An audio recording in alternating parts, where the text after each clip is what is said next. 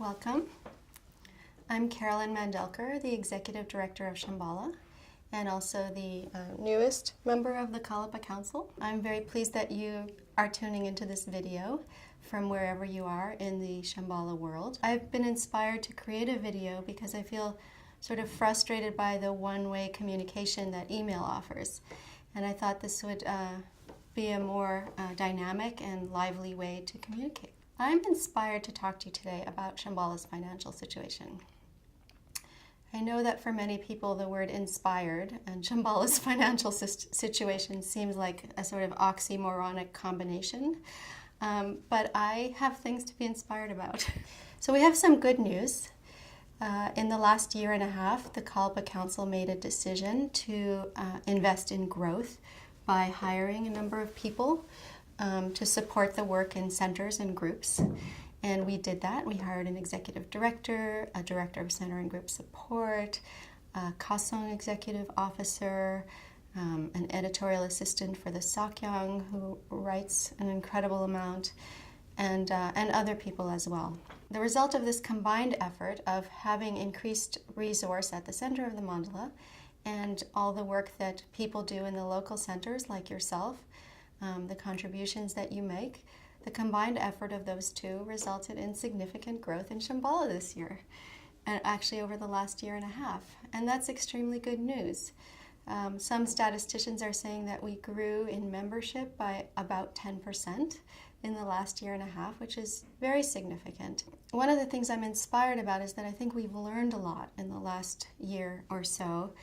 And what we learned in this situation was that even though we saw really good growth at the local center level, that growth did not translate into a fuller bank account at the center of the mandala. In fact, we were falling further and further behind to the point where we've had to lay off some people at the center of the mandala, key people, sadly. We had to ask staff to take a pay cut. I won't go into all of it, but it was quite painful for the Kalapa Council to have to make these decisions, but we did. So coming back again to that question, how is it that the increase in program revenue and increase in membership that we saw in the last year and a half at the local centers did not reach in any way the center of the mandala? And that's because we found out that really the two are not linked, either in relationship very much or in a funding structure. By relationship, I mean that when you speak with center directors or group coordinators, many of them will report that the people who come to their centers, even the most inspired, that they really relate to the local center as all of Shambhala for them. So they know those people, they do the programs there, they're generous, they give money, they give their time, but that for some of them, many of them actually, that the center of the mandala seems quite distant. And so there isn't a strong relationship, and therefore there isn't a flow back and forth either of energy or of money. The center of the mandala doesn't have its own independent revenue source, that the revenue is shared based on the programs and the membership and so on.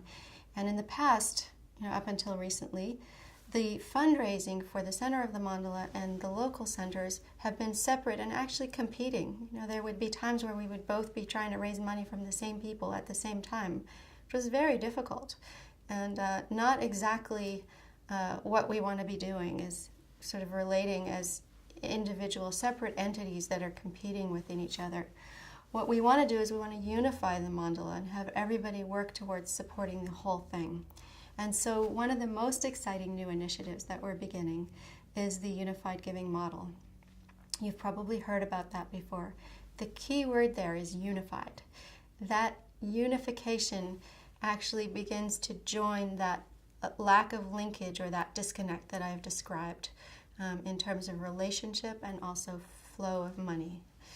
And so in terms of relationship, going forward with the unified giving model, when somebody walks into a local center, it's going to be obvious that they've not just walked into that center, but that center is part of a global mandala.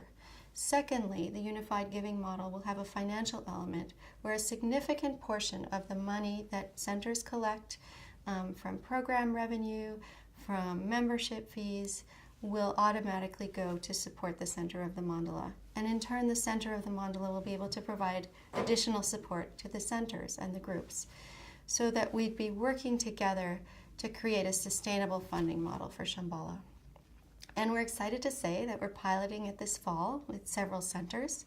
It's taken a few years to refine the model enough to the point where we feel that we can offer it to a center and might be a positive experience, that enough of the kinks have been worked out in terms of the model. And the reason we're only starting with a few centers is because we want to continue to do that. We want to really be fully aware of the kinds of things we need to do to support a center's implementation of the Unified Giving Model, and these centers are excited about the Unified Giving Model and want to provide us with that experience. So that's sort of the biggest initiative that we're involved with. We're also looking at alternative revenue streams for Shambhala, something we haven't really done before. And currently we do have a financial crunch.